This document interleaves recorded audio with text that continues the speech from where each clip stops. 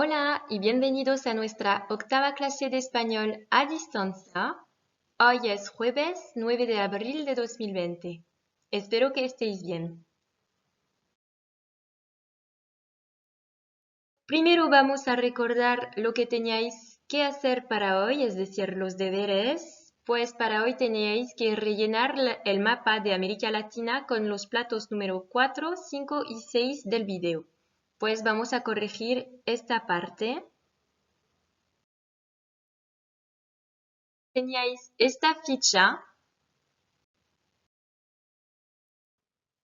y vamos a comenzar con el primer plato, bueno, el plato número 4. El plato número 4 era el gallo pinto. Es un plato de Costa Rica. El plato número 5 era el ceviche. Se escribe de dos maneras. Y el plato siguiente era la feijoada, que es un plato de Brasil. Alors, pour revenir un petit peu en français, donc les plats 4, 5 et 6, vous avez deux écritures possibles pour el ceviche.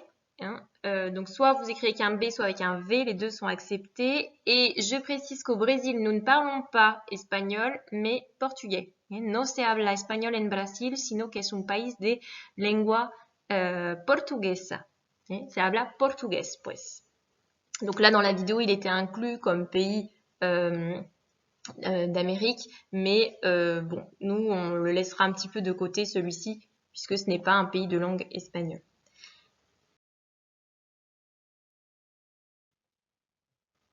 Entonces, sigamos con la lección del día, que también va a tratar de la comprensión oral. Vamos a terminarla hoy.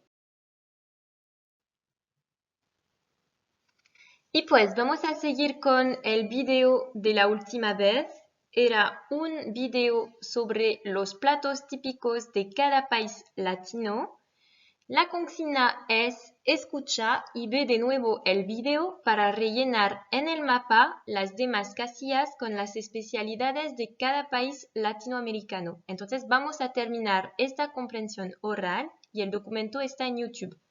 Donc nous allons finir cette compréhension orale. Le document se trouve sur YouTube. Vous avez également avec vous cette fiche, d'accord, qui se compose de tous les pays latino-américains et des petites cases que vous allez compléter avec les dernières spécialités qui nous manquent.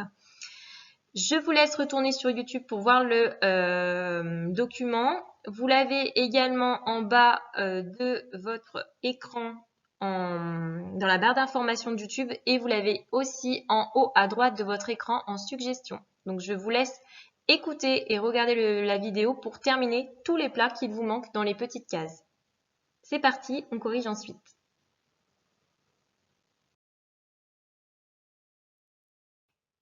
Corrección de los platos siguientes, pues el asado es un plato argentino que viene de Argentina. El arroz con gris es un plato que procede de Cuba, es un plato cubano. El bori-bori, tenéis dos ortografías, es una especialidad de Paraguay. Donc deux possibilités pour l'écriture de bori-bori. Vamos a pasar a los platos siguientes. El caquic también se escribe de dos maneras. Es una especialidad culinaria de Guatemala, es una especialidad guatemalteca. El mofongo es un plato típico de Puerto Rico, es un plato puertorriqueño. La pupusa es un plato que viene de un país de América Central que se llama El Salvador. La bandeja paisa es típica de Colombia, es un plato colombiano. La baleada es una especialidad hondureña, es decir, que viene de Honduras.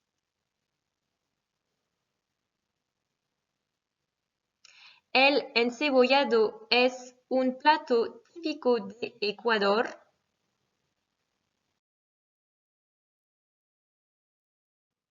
El curanto es una especialidad chilena, es decir, que viene de Chile.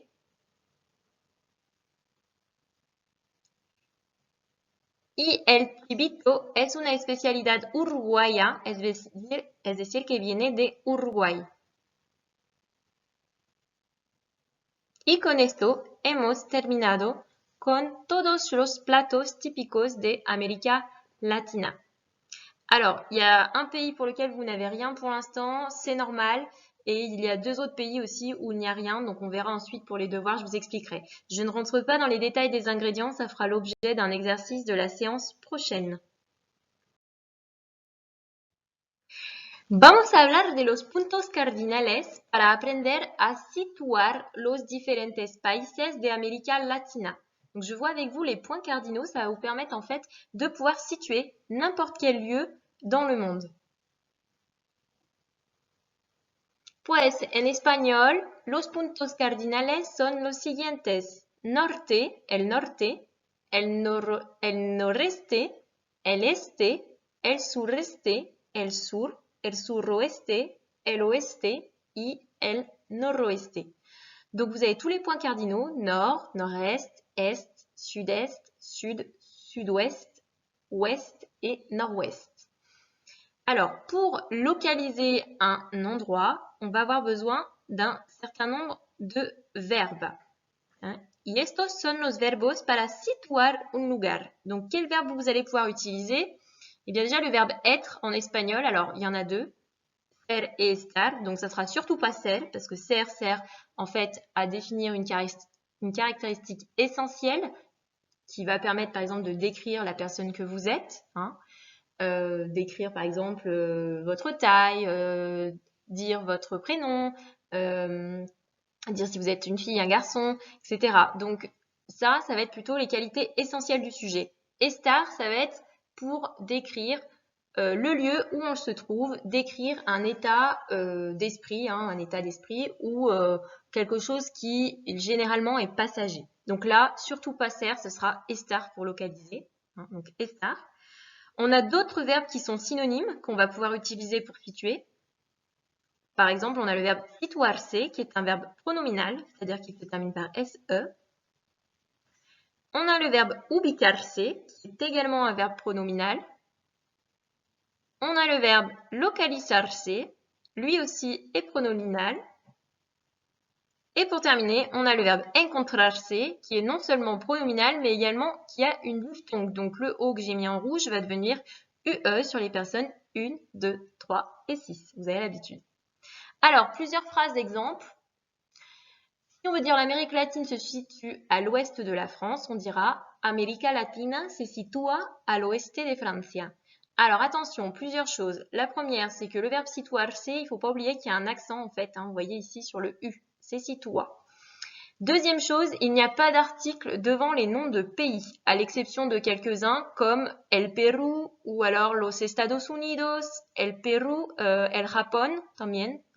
Donc il n'y en a que quelques-uns, sinon on ne met jamais d'article devant un nom de pays. Ou alors c'est qu'on est en train de qualifier le pays. Si on veut dire par exemple l'Espagne du siècle des Lumières, la España del siglo de las luces. Mais sinon on ne mettra jamais d'articles, je répète, devant les noms de pays.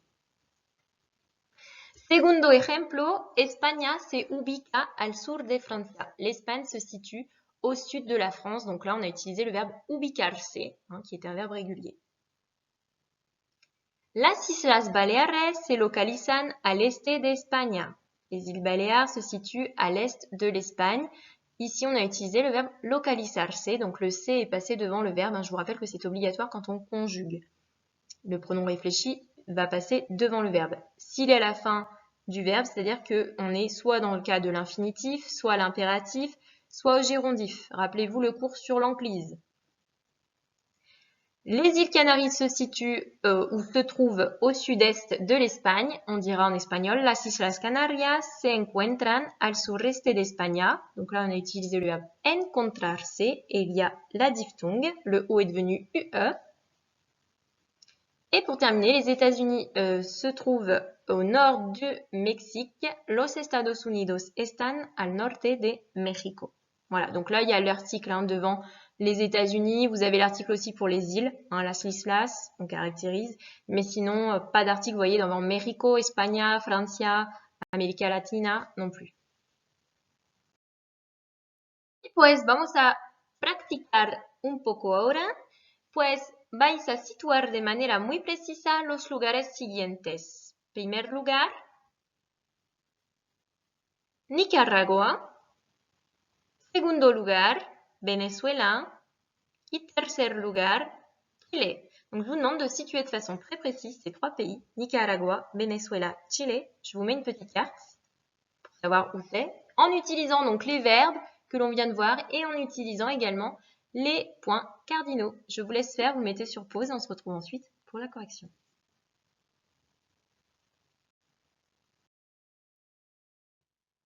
Corrección de este ejercicio.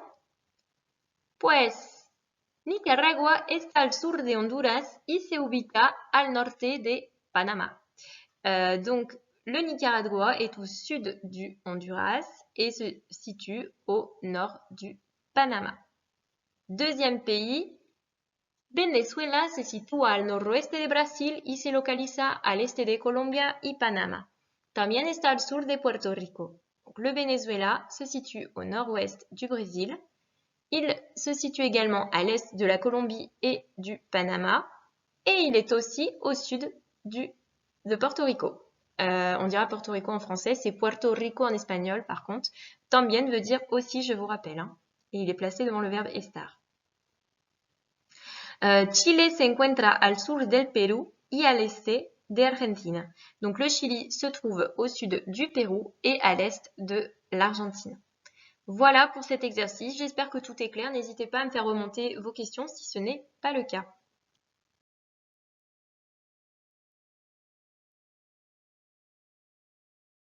Y para terminar, los deberes. Donc pour mardi 14 avril, je vous demande de bien connaître les points cardinaux ainsi que les verbes qui permettent de situer. Et en deuxième point, je vous demande la chose suivante. Busca una especialidad típica de Bolivia, otra que viene de Panama y un plato que procede de Nicaragua. Donc je vous demande de chercher une spécialité culinaire plusieurs pays qui n'étaient pas cités dans la vidéo. Donc il y avait la Bolivie, il y avait le Panama et il y avait le Nicaragua. Le verbe bénir, vous voyez ici que j'ai utilisé dans la phrase, donc qui fait biene, attention il y a une diphtongue, et le verbe proceder, qui fait procéder, qui est un verbe régulier, qui veut dire aussi qui vient de, qui est originaire de. Voilà. Os digo pues hasta la semana próxima, hasta martes, y felices Pascuas. Bonne fête de Pâques. Adiós.